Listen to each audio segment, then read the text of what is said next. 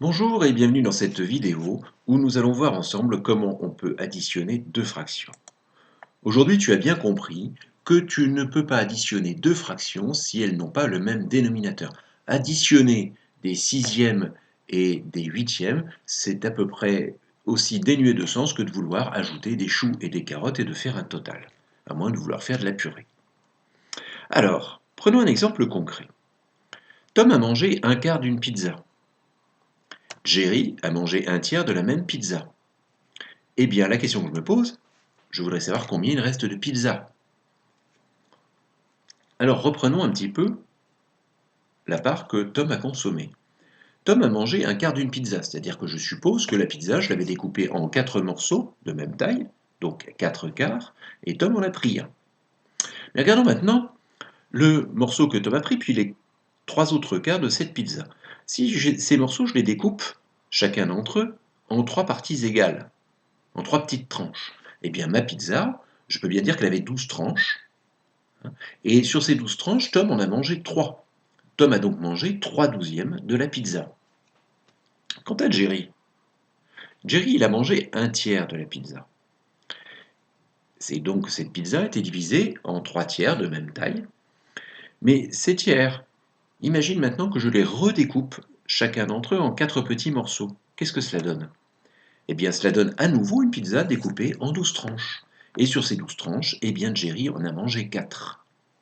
Résultat, eh bien, je m'aperçois que, à eux deux, ils ont mangé 3/12 pour Tom, 4/12 pour Jerry, donc 7/12 de la pizza.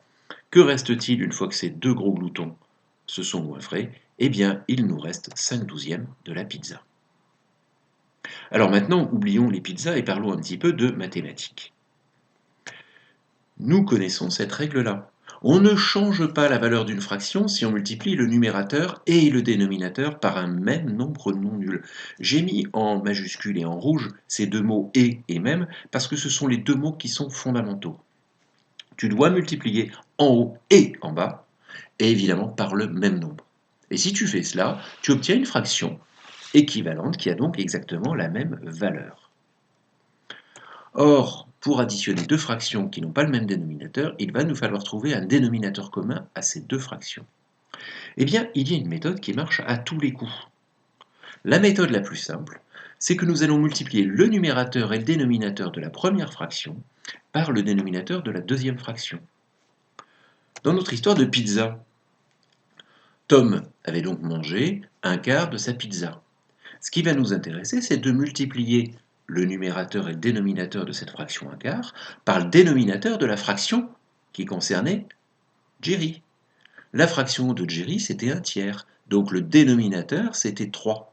Nous allons multiplier un quart par 3 en haut et en bas, et nous allons obtenir 3/12.